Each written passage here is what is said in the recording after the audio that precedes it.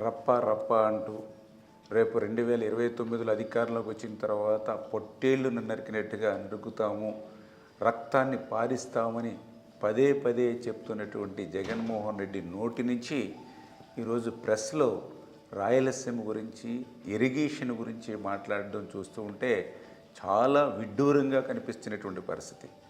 ఈరోజు జగన్మోహన్ రెడ్డి ప్రెస్ మీట్ని పరిశీలిస్తే తన 5 ఏళ్ల కాలంలో రాయలసీమకి ఏం చేసాం, ఇరిగేషన్కి ఏం చేసామని ఒక్క మాట కూడా చెప్పుకోలేనిటువంటి పరిస్థితి.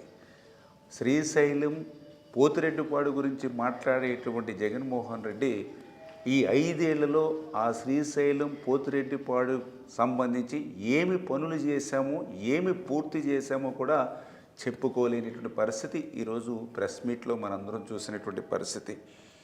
ఈరోజు శ్రీశైలం రిజర్వాయర్ గత సంవత్సరం 2000 టీఎంసీలు నీరు వస్తే ఈ సంవత్సరం సూపర్ ఎల్నినో ప్రభావంతో కేవలం 208 టీఎంసీలు నీరు మాత్రమే వచ్చింది. అందులో 66% మాత్రమే మన ఆంధ్రప్రదేశ్ రాష్ట్ర వాటా. అందులో Pothireddypadu, Handri-Neeva, Nagarjuna Sagar right and left canal, అదేవిధంగా కృష్ణా డెల్టాకు సంబంధించి డ్రింకింగ్ వాటర్కే దగ్గర 90 టీఎంసీలు, చెన్నైతో కలుపుకుంటే 100 టీఎంసీలు కేవలం డ్రింకింగ్ వాటర్కే మనకు అవసరం ఉన్నటువంటి పరిస్థితి అంచనా. దీన్ని దృష్టిలో పెట్టుకునే ఏదైతే ఆ శ్రీశైలం నుంచి అటు రాయలసీమకి ప్రతిరోజు కూడా 11,500 క్యూసెక్కుల నీటిని మనం పంపు చేస్తున్నటువంటి పరిస్థితి మనందరం కూడా చూస్తూ ఉన్నాం.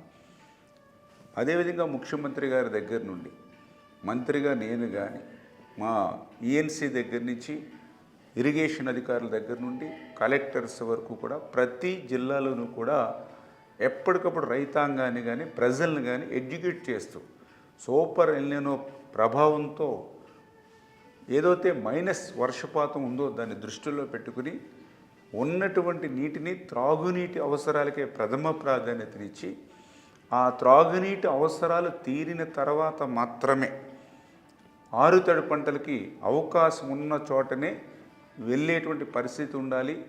దీన్ని రెవెన్యూ, ఇరిగేషన్, అగ్రికల్చర్ ఒక కమిటీలుగా ఏర్పడి ఎప్పటికప్పుడు కోఆర్డినేట్ చేసుకోవాలని చాలా క్లియర్గా ఎప్పటికప్పుడు పబ్లిక్ని ఎడ్యుకేట్ చేస్తూ ఒక్క గోదావరి డెల్టాకు సంబంధించినటువంటి 10,40,000 ఎకరాలు తప్ప మిగిలినటువంటి ప్రాంతానికి అంతటికీ కూడా 2027 జూలై వరకు కూడా ఈ నీటిని భద్రపరచుకోవాలి. ఈ త్రాగునీరు అవసరాలకి మించి మనకి ఇన్ఫ్లో వచ్చినప్పుడు మాత్రమే హారితడి పంటలకు వెళ్ళాలని చాలా క్లియర్గా మే నెల నుంచి కూడా ఎప్పటికప్పుడు మనం రైతుల్ని, పబ్లిక్ని కూడా ఎడ్యుకేట్ చేస్తున్నటువంటి పరిస్థితి కూడా ఈ సందర్భంగా తెలియజేసుకుంటూ, నిన్న ఏదైతే ఈరోజు జగన్మోహన్ రెడ్డి గారు తెలంగాణ విద్యుత్ ఉత్పత్తి ద్వారా శ్రీశైలం నుంచి వాటర్ని కిందకి పంపించేస్తుంది అని ఆయన మాట్లాడుతూ ఉంటే, ఆ తెలంగాణ ఉత్పత్తి చేసేటువంటి విద్యుత్ ద్వారా వచ్చేటువంటి నీరు నాగార్జున సాగర్కే వస్తుందనేటువంటి మరి ఆయన ఆలోచన కూడా ఆయనకు లేకపోవడం చాలా విడ్డూరం. 5 సంవత్సరాలు ముఖ్యమంత్రిగా పనిచేసిన వ్యక్తికి శ్రీశైలంలో ఆ యొక్క విద్యుత్ ఉత్పత్తి ద్వారా వచ్చేటువంటి నీరు ఎక్కడికి వస్తుంది? నాగార్జున సాగర్కే వస్తుంది. మరొక పక్క ఆయన నాగార్జున సాగర్కి కూడా నీళ్లు విడుదల చేయట్లేదు రైట్ కెనాల్కి అని చెప్పారు ప్రెస్ మీట్లో. మరి నాగార్జున సాగర్ రైట్ కెనాల్కి నీళ్లు విడుదల చేయాలంటే శ్రీశైలం నుంచే కదా రావాల్సింది. మరి ఆ విద్యుత్ ఉత్పత్తి ద్వారా వచ్చేటువంటి నీటి నాగార్జున సాగర్ ఇప్పుడు ఇవేళకు కూడా నాగార్జున సాగర్ రైట్ కెనాల్కి సంబంధించి 32 టీఎంసీ మనకి డ్రింకింగ్ వాటర్కి అవసరం. అదేవిధంగా కృష్ణా డెల్టాకు సంబంధించి మనం ఆ పులిచింతల్లో ఉన్నటువంటి రిజర్వ్ వాటర్ పోను ఇంకా 15 టీఎంసీలు అవసరం. అంటే దగ్గర 46 టీఎంసీలు ఒక ఆంధ్రాకే నాగార్జున సాగర్కి అవసరం అనేటువంటి పరిస్థితి. చేత ఆ విద్యుత్ ఉత్పత్తి ద్వారా వచ్చినటువంటి నీరు కూడా ఇక్కడ డ్రింకింగ్ వాటర్కి నాగార్జున సాగర్ ద్వారా మనకు అవసరం అనేటువంటి విషయాన్ని కూడా మరి అవగాహన లేకుండా జగన్మోహన్ రెడ్డి గారు మాట్లాడడం. అయినప్పటికీ కూడా ఆ యొక్క విద్యుత్ ఉత్పత్తి ద్వారా ఏదైతే తెలంగాణ ఉత్పత్తి చేస్తూ ఉందో దాన్ని కూడా మన అవసరాలకి మించి ఉత్పత్తి చేయడానికి లేదు అని చెప్పి కేఆర్ఎంబీకి ఆల్రెడీ ఒక లెటరు ఇవ్వడం జరిగింది. అదేవిధంగా సెంట్రల్ గవర్నమెంట్కి సంబంధించినటువంటి ఇరిగేషన్ జలశక్తి మినిస్టర్కి సంబంధించినటువంటి సెక్రటరీ గారికి కూడా మనం లెటర్స్ కూడా ఇచ్చి ఆ యొక్క జల ఉత్పత్తికి సంబంధించినటువంటి ఆ నీటిని కూడా ఆంధ్ర అవసరాలకి ఎక్కడా కూడా విఘాతం కలగకుండానే ఉండాలని చాలా క్లియర్గా మనము ఆ లెటర్స్ పెట్టి వాళ్ళతో కూడా ఎప్పటికప్పుడు మాట్లాడటం కూడా జరుగుతుందనే విషయాన్ని కూడా ఈ సందర్భంగా తెలియజేసుకుంటూ ఈ రకంగా జగన్మోహన్ రెడ్డిని స్ట్రైట్గా ఒకటే మేము ప్రశ్నిస్తూ ఉన్నాం. 5 ఏళ్ళు మీ పరిపాలన, 52 సీట్లుంటే 49 సీట్లు గెలిపించారు ఆ రోజు 2019లో.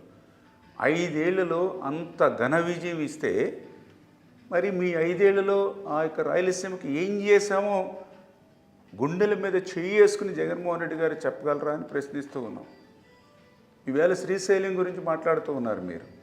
మరి అదే శ్రీశైలం ప్రాజెక్టు ప్రమాదంగా ఉంది, వెనువెంటనే ఆ ప్లంజ్ పూల్కి మరామతులు చేయాలి, లేకపోతే తెలుగు జాతి ఒక ప్రాజెక్టును కోల్పోయేటువంటి ప్రమాదం ఉందని సాక్షాత్తు సిడబ్ల్యూసి సైతం హెచ్చరికలు పెడితే 5 సంవత్సరాలు ఎందుకు శ్రీశైలం వైపు కన్నెత్తి చూడలేదు? ఈరోజు మా ప్రభుత్వం వచ్చాక 203 కోట్ల రూపాయలు వెచ్చించి ఈవేళ మరామతుల పనులు చేస్తూ ఉన్నాం. శ్రీశైలాన్ని కాపాడుకోవాలి అనేటువంటి ఆలోచనతో మేము ముందుకెళ్తూ ఉన్నాం. తుంగభద్ర మీ అందరికీ తెలుసు, తుంగభద్ర భద్రంగా ఉంటేనే ఈవేళ ఎల్ఎల్సి కానీ హెచ్ఎల్సికి కానీ కేసీ కెనాల్కి కానీ అంటే పర్టికులర్గా రాయలసీమ కరువు పీడిత ప్రాంతానికి ఆధారం. అటువంటి రాయలసీమ కరువు ప్రాంతానికి ఆధారమైనటువంటి ఆ యొక్క తుంగభద్ర భద్రతకే ముప్పు ఉంది, గేట్లన్నీ కూడా కొట్టుకుపోయే పరిస్థితిలోనే 5 సంవత్సరాలు మీ ప్రభుత్వానికి విన్నవించుకుంటే కనీసం ఆ గేట్లు మార్చేటువంటి ప్రయత్నం చేశారా?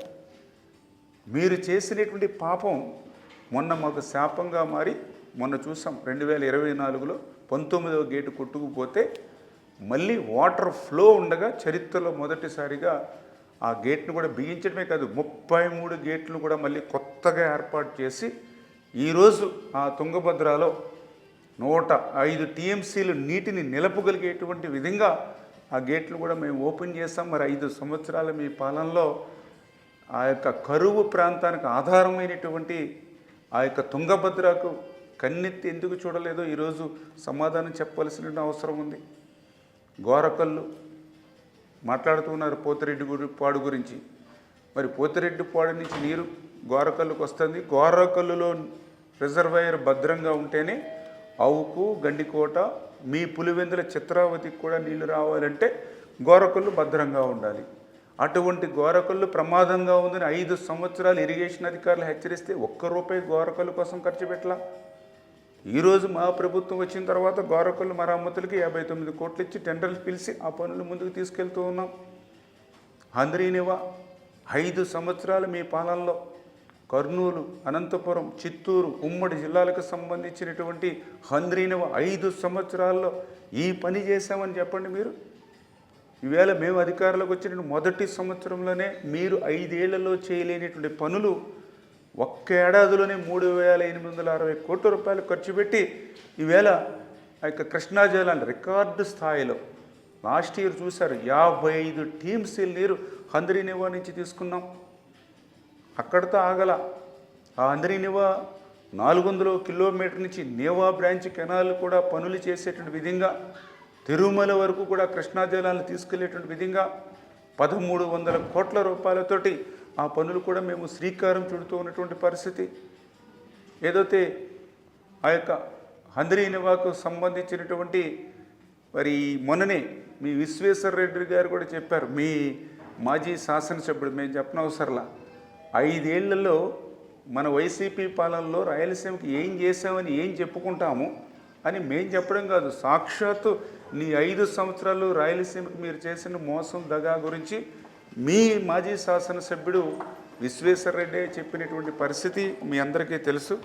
ఈ రకంగా 5 ఏళ్ళు అధికారంలోకి ఇస్తే మీకు 52 సీట్లలో 49 సీట్లు గెలిపిస్తే మీరు చేసినటువంటి దగా అన్యాయం రాయలసీమకి ఏ ముఖ్యమంత్రి కూడా చేసినటువంటి పరిస్థితి లేదు. స్పష్టంగా ఈవేళ ఆంధ్రప్రదేశ్ రాష్ట్ర ప్రజలందరూ కూడా గమనిస్తున్నటువంటి పరిస్థితి. ఈ 2 ఏళ్లలోని ఇరిగేషన్కి కూడా, ఎందుకంటే ఆ రోజు 14, 19లో రాయలసీమకు సంబంధించి 12,000 కోట్ల రూపాయలు మేము ఖర్చు పెట్టాం. మరి మీరు 19-24 అధికారంలోకి వచ్చాక మీరు ఎంత ఖర్చు పెట్టారు? 2,000 కోట్ల రూపాయలు రాయలసీమకి.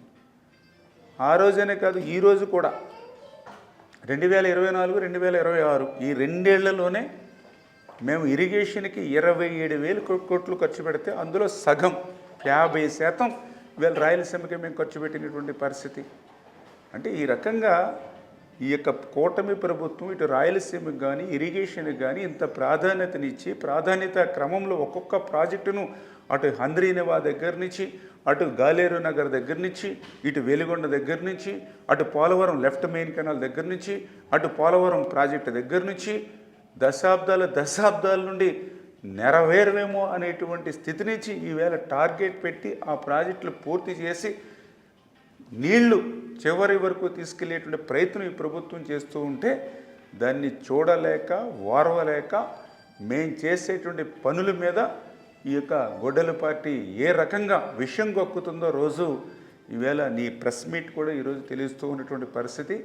ఇప్పటికే 11 సీట్లకి పరిమితమైనటువంటి మీరు ఇటువంటి అబద్ధాలతోటి ఇటువంటి విషం మరింత కక్కితే ప్రాజెక్టుల మీద ఆ 11 సీట్లు కూడా రేపు కోల్పోయేటువంటి పరిస్థితి ఉంటుంది అని చెప్పి మీ ద్వారా హెచ్చరిస్తూ ఉన్నాం.